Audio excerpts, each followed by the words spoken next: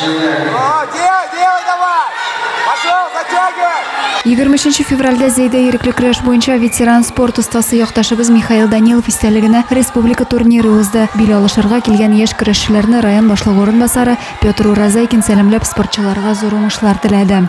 Михаил Владимирович внес большой вклад в развитие физической культуры и спорта в Заинском муниципальном районе, развитию вольной борьбы в Республике Татарстан. Ни одно поколение заинских борцов он воспитал, которые становились победителями, призерами всероссийских и республиканских соревнований.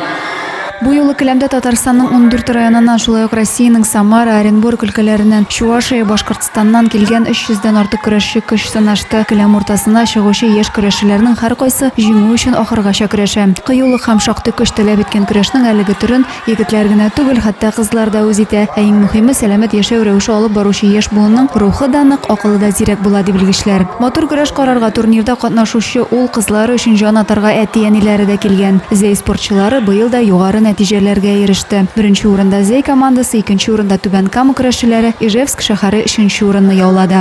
Адилә Бирханова, Денис Ипатов, Зәй хәбәрләре.